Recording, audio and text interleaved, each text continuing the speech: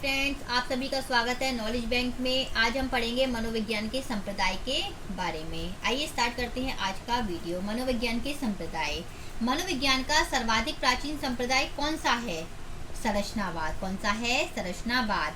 अगर क्वेश्चन बनता है और पूछा जाए कि ये बताइए मनोविज्ञान का सबसे प्राचीन संप्रदाय कौन सा है, तो आप कहेंगे संरचनावाद। ओके, क्लियर हो गया।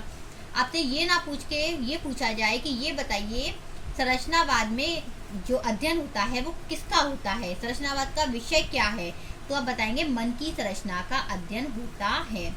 संरचनावाद है तो जाहिर सी बात है संरचना का अध्ययन होगा, लेकिन किसकी संरचना का?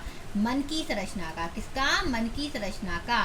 सबसे प्राचीन संप्रदाय तो है संरचनावाद, लेकिन उसमें अध्ययन होता है मन की संरचना का। ओके, अब इसका अध्ययन होता है, क्लियर। अब इसका प्रारंभ कब हुआ? प्रारंभ कब हुआ? इसका प्रारंभ दो प्रकार से, अनौपचारिक रूप से, औपचारिक रूप से। यानी कोई भी चीज़ों पहले अनौपचारिक रूप से स्टार्ट होती है, फिर धीरे धीरे औपचारिक रूप से होती है कि नहीं होती है? तो यानी अनौपचारिक रूप से ये हुआ 1879 जर्मनी, और औपचारिक रूप से 1898 अमेरिका। अब थोड़ा समझते हैं अनौपचारिक और औपचारिक में क्या डिफरेंस होता है। अनौपचारिक रूप से यानी कि उसमें कोई टाइम की बाउंडेशन नहीं है, ना ही आपको ये बताना है कि कौन सा सब्जेक्ट हमें कितने समय में सीखना है, क्या चीज़ सीखनी है। यानी कि हम अभी हो सकता है अपने फैमिली मेम्बर किसी भी फैमिली मेम्बर से आज हमने कुछ सीखा, हो सकता है कल हम अपने फ्रेंड से कुछ सीख लें, परसों हम अपने पड़ोसियों से कुछ सीख लें, कुछ भी सीख सकते हैं। और कब सीखें, सुबह दोपहर शाम, कुछ क्लियर नहीं है। वो तो अनौपचारिक रूप हुआ।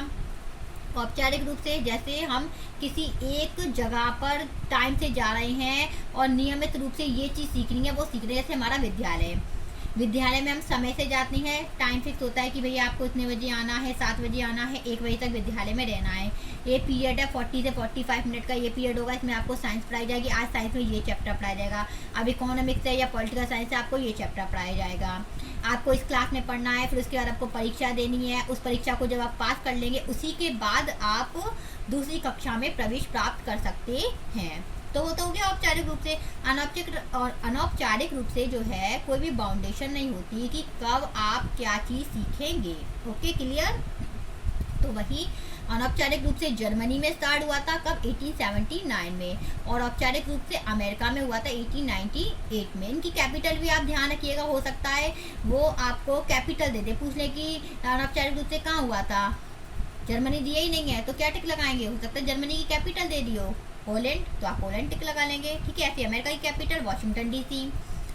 अब अगर ये पूछे कि जो संरचनावाद है ये कौन सी विधि है संरचनावाद में, किस विधि, मतलब जो मन की संरचना का अध्ययन हो रहा है ये क्या विधि है, कौन सी विधि से अध्ययन हो रहा है मन की संरचना का? अंतर्दर्शन विधि। कौन सी? अंतर्दर्शन विधि।